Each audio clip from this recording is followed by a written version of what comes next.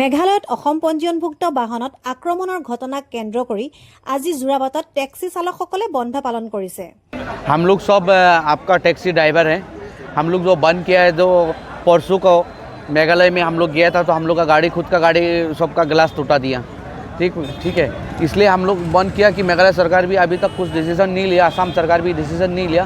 इसलिए जब तक बंद करके रखेंगे कि जब तक डिसीजन नहीं हो जाता है तब तक ऐसा बंद रहेगा, यही बात है। और कि मेघालय में बहुत सारा गुंडा टाइप का स्टॉल करके आदमी का गाड़ी तोड़ा है। दिस वन असम गाड़ी ज़्यादा प्रोटेस्ट करके मारा हुआ है, असम गाड़ी देख के नंबर देख के मारा हुआ है।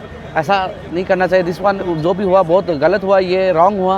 ये गुंडा का टाइप, जैसे बॉलीवुड फिल्म का जैसा गुंडा का टाइप ऐसा किया है। तो यही पब्लिक को हम बताना चाहते हैं कि पब्लिक कोई भी ना जाए, अभी शिलोंग आना जाना ना करे। आप लोग का डिमांड क्या है? हम लोग का डिमांड है कि हम लोग का जितना गाड़ी टूटा हुआ है, ये गाड़ी का मतलब भरपाई करना है। जो भी गाड़ी टूटा है, गिलास टूटा है, दागी हुआ है, इसका भरपाई करना है। मेघालय सरकार हो, असम सरकार हो, मिल के करना है इसको। आपका नाम बता दीजिए। मेरा नाम आली है, हम गुवाहाटी का है। টেক্সি চালক আলীৰ ভাষ্য অনুসৰি দুদিন পূৰ্বে তেওঁলোকৰ কেইবাখনো বাহন মেঘালয়লৈ যোৱাৰ সময়ত একাংশ লোকে বাহনসমূহত আক্ৰমণ কৰাৰ লগতে খিৰিকীৰ আইনাসমূহ ভাঙি পেলায়। অভিযোগ অনুসৰি বাহনসমূহৰ পঞ্জীয়ন নম্বৰ চিনাক্ত কৰি বিশেষভাৱে অসম পঞ্জীয়নভুক্ত বাহনসমূহক লক্ষ্য কৰি এই আক্ৰমণ চলোৱা হয়। চালকসকলে অভিযোগ কৰে যে এই ঘটনাৰ পিছতো এতিয়ালৈকে অসম আৰু মেঘালয় চৰকাৰে কোনো স্পষ্ট সিদ্ধান্ত গ্ৰহণ কৰা নাই। সেয়েহে ক্ষতিগ্ৰস্ত বাহনৰ মালিকসকলক ক্ষতিপূৰণ প্ৰদানৰ সিদ্ধান্ত নোলোৱা পৰ্যন্ত তেওঁলোকে বন্ধ অব্যাহত ৰখাৰ কথা প্ৰকাশ কৰিছে।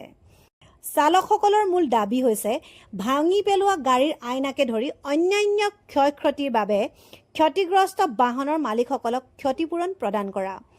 5টা 4টা বজাৰ পৰা আপোনাৰ মলাই পুলিচ পইণ্টৰ পৰা কিবা ৰেলী ওলালে। ৰেলী লওঁতে আমাৰ যিকেইটা কমাৰ্চিয়েল গাড়ী আছে গুৱাহাটীত, আমাৰ কমাৰ্চিয়েল গাড়ী চাই কিনে সিহঁতে এটেক কৰিছে।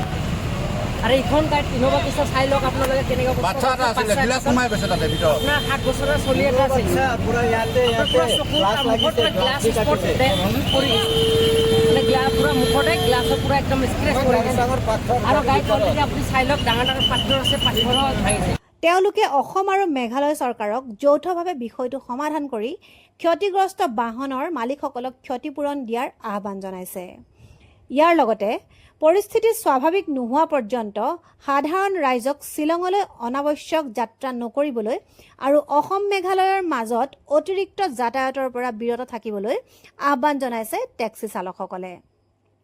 এতিয়া প্ৰশ্ন হৈছে, এই ঘটনাক লৈ অসম আৰু মেঘালয় চৰকাৰে কি ব্যৱস্থা গ্ৰহণ কৰে আৰু ক্ষতিগ্ৰস্ত বাহনসমূহৰ ক্ষতিপূৰণৰ দাবীৰ ক্ষেত্ৰত কেতিয়া সিদ্ধান্ত গ্ৰহণ কৰা হয়, সেয়া পৰৱৰ্তী সময়তহে স্পষ্ট হ'ব।